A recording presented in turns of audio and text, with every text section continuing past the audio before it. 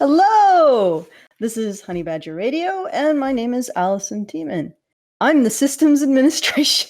Yes, I'm the entire administration. No, I'm just the administrator of the systems of HoneyBadgerRadio. And I'm here with Hannah Wallen, who's going to tell us about this week's topic on HBR Talk. So, Hannah, what is the topic, and why did you choose it? This week, we are going to talk about mob appeasement, in particular, the current issue of defunding the police and its impact on men in the communities where this is happening. Because the thing I've noticed, and there's been some news coverage of it, but there hasn't been a lot of what I would call intelligent news coverage, where they talk about more than just, this is what they're talking about doing, and then people react to it. As opposed to like actually looking into the process and discussing what the repercussions are. And it looks like there have been various city governments that have just sort of bent over backwards to appease the protest mobs. And they've done so by defunding their police departments or disbanding their police departments or discussing defunding or disbanding their police departments, without enacting any kind of this is what we're going to replace it with, this is how we're going to handle it kind of plans. And these are all people that can pay security to guard their homes. But what happens to people in neighborhoods like mine, which is fairly middle class, or neighborhoods that are less than middle class, More working when class, they know that, right, working class, right? Well, middle class is kind of working class. But there's working class, I guess, a little closer to the problem areas. There's working poor too. Yeah, working poor. Like where I could afford to live when I was working at the gas station was not this neighborhood, right? That took a while. I had to work very hard to get up to this neighborhood. And my previous neighborhood, we had a vehicle stolen from the parking lot of the apartment complex where I lived, from right out from underneath a street lamp twice in 4 months. All right, so that's where I used to live, and drug dealers, lived next door, and people were trading drugs in the parking lot and stuff like that, right? So yeah, and these are things. And Brian, and these are for example, lives, I think, in more of a working poor neighborhood with right with older minorities, and that's the kind of neighborhood that I think would be really sensitive to efforts to defund the police, because what's going to happen is the violence will spill out into those neighborhoods. Exactly. Yeah. And who's going to defend their households? Who's going to be the people who instinctively step up? And who's going to be the people who get pushed to the front line of that defense? In both cases, it's going to be men. And in some cases, it's going to be the man of the house who will be a teen boy or younger. Yeah. And this is something that has to be addressed. Yeah, that the fact that this defunding the police will disproportionately affect men, because men will then be required to step into the void that's left in family defense. And also, one of the other issues is that the whole push to defund the police is part of an initiative that really delegitimizes the norms of that enable peaceful creation of social fabric that enables people to exchange goods and services as a way of developing social status, not just for families, but for men. So you have these peaceful situations with these norms that move young men away from violence as a means to create social status and towards becoming productive members of their community. And now it's not that young men are necessarily prone to being violent. It's just that when they have no other option to create social status, violence is within easy reach. And most young men would probably rather, be a small business person or a small businessman, a tradesman, a craftsman, to have status building something and providing a service or a product to their community. But when we have these places that have no dads, that model that kind of mature, productive, creative masculinity, you end up with, gangs, which themselves are, in a way, their own form of trying to model, at least a constrained masculinity within a context where there's no, because they have codes of honor, etc. But still, when that social fabric breaks down, it's not just that men have to fill the void, It's that they no longer have a peaceful role in their societies. And that means that because there's a pressure on them to earn a social identity, to provide a benefit to the family, what ends up happening is that they get stuck. They get caught in providing the benefit of protection and also justice and vengeance, which creates a cycle of vengeance, a vengeance culture that ends up destroying the social fabric even further. I apologize, Hannah, I hijacked this a bit, but it is something that I think is even bigger than men getting drawn into becoming protectors of their families. It's that they get trapped in the role. It's definitely, and then it becomes creates a cyclical. whole host of problems. It does create a whole host of problems. And a big part of this is there are things that are being suggested as part of this defund the police plan that would be programs that would be great in and of themselves if they were employed properly. For instance, they want to substitute social workers for police officers. By the time the police are called, the time for social workers is gone. more social solutions is gone, right? By the time police are called, violence is already happening.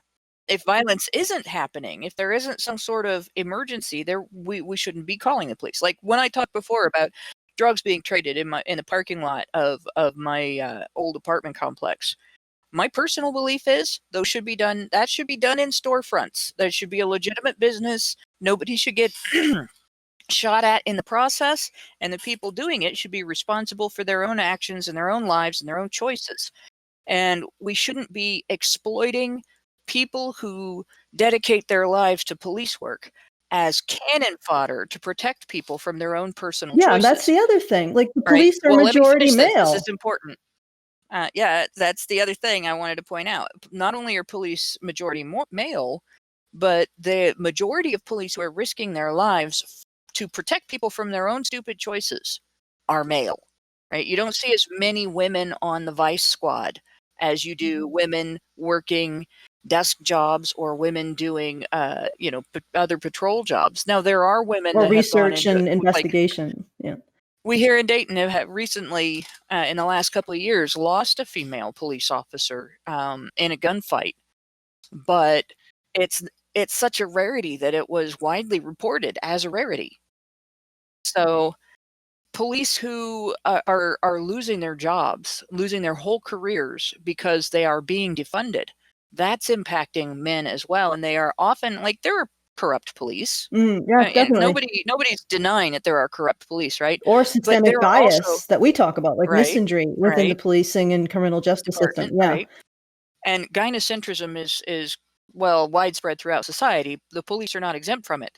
But at the same time, society loses a lot of its role models when you get rid of police, right? Especially when you get rid of older police, the police that are close to retirement, the men who have been walking beats in their streets for 20 plus years, that know the families, that know the kids, that know the patterns, and that know how to talk to people, right? Instead of having them be the enemy, instead of having them be the hired guns that go into neighborhoods and protect people from their own stupid choices, maybe we should go back toward the direction of Mayberry, and maybe we should go back toward the direction of using police quite sparingly and having them be those leaders in the community instead of having them be the hand that smacks down every little difference between people.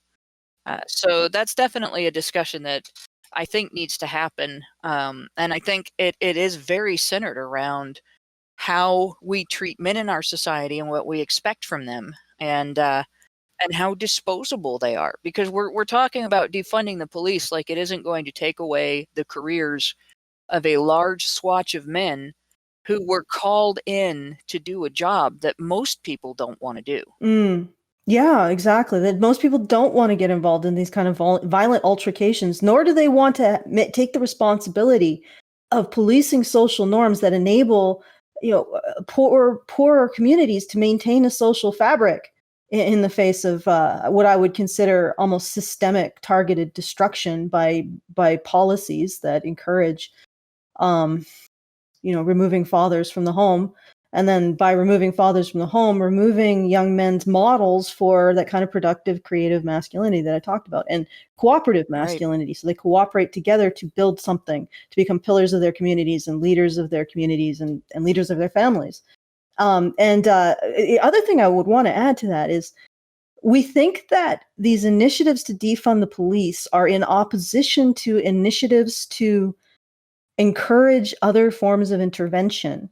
But I was recently, and I'm going to be covering this article as a series on the main channel, on this channel where this ad will come out. And I've been looking through this article from the Washington Post that came out in 2018 that was looking at the Ferguson effect, or what they called the Ferguson effect in Baltimore.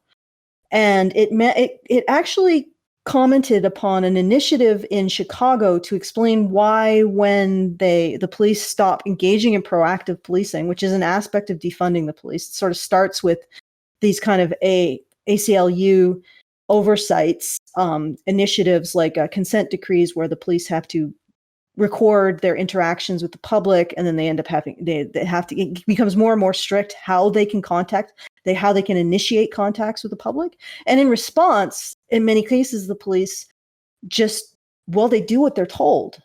They stop initiating contacts with the public.